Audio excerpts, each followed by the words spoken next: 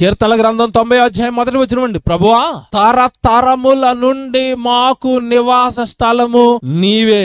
నీలో నుండి లోకానికి వచ్చాం తండ్రి, నీలో నుండి ఆదాములోకి వచ్చాం తండ్రి, ఆదాములో నుండి ఒక్కరము మా తాతలో నుంచి తండ్రిలో నుంచి నేను ఈ కాలంలో ఇప్పుడు వచ్చాను తండ్రి. అంటే మనం అంతా ఎవరిలో నుండి వచ్చాము? ఇప్పుడు దేవుళ్ళలో నుండి. ఇప్పుడు దేవుడు ఏ లోకంలో ఉన్నాడు? పరలోకమందున్న మా తండ్రి. ఈ భూలోకంలో లేడు దేవుడు, పరలోకంలో ఉన్నాడు. ఆ లోకంలో ఉన్న ఆయనలో నుండి ఆత్మగా ఈ లోకానికి వచ్చి తల్లి గర్భంలో దేహాన్ని తెచ్చుకుని ఆత్మ దేహము రెండు కలిసిన మానవుడిగా భూమి మీద ఇప్పుడు నువ్వు తిరుగుతున్నావు. ఇది నీ గతం. ఇది పాఠ్య పుస్తకాల్లో చెప్పరు. ఏమంటే ఏ శాస్త్రవేత్తకి కూడా అందలేదు ఇంత జ్ఞానం. గతం అందలేదండి ఎవరికి. ఇప్పుడు జరుగుతున్నది ఏదో చెప్తారు. ఏ బట్టలు కట్టుకోవాలి, ఏ తిండి తినాలి, ఏసీ వేసుకుంటే ఎలా ఉంటది, కూలర్ వేసుకుంటే ఎలా ఉంటది, ఈ చెప్తాడు తప్ప గతం ఎవరికి తెలుసండి? ఈ జీవితాన్ని చక్కగా ఎలా అనుభవించాలో చెప్తాడు. తినండి, తాగండి, ఎంజాయ్ చేయండి, గతాన్ని మాత్రం ఆలోచించకండి. బంగారం కోసం బతుకు, వెండి కోసం బతుకు, భూముల కోసం బతుకు, ఇల్లుల కోసం కొట్టుకో, పొలాల కోసం కొట్టుకో, అవసరమైతే తిట్టు, అవసరమైతే చంపే, అన్ననైనా తోసే, అమ్మనాలైన భూమి మీద వదిలే, గతం మాత్రం ఆలోచించుకో. భూమి మీద నీకు ఇవ్వబడిన 60-70 ఏళ్ళు ఎలా బ్రతకాలి,